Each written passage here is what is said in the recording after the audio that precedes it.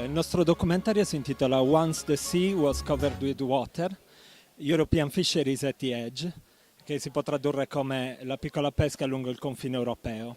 Una volta il mare era coperto con l'acqua. Il documentario racconta la piccola pesca lungo il confine europeo.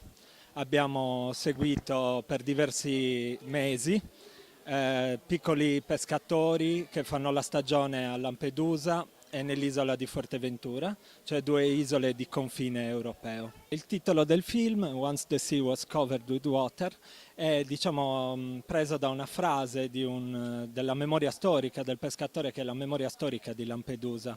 Lui racconta come il passaggio tecnologico avvenuto nell'isola con l'inserimento comunque di strumenti come il sonar, il radar, di cui sono dotate tutte le imbarcazioni moderne ora dei pescatori, abbia trasformato la stessa percezione della pesca.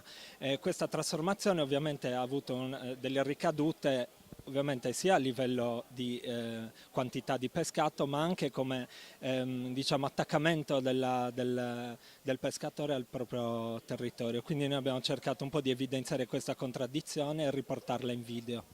Il nostro documentario è stato realizzato tutto senza contributi, quindi solo finanziato da noi stessi.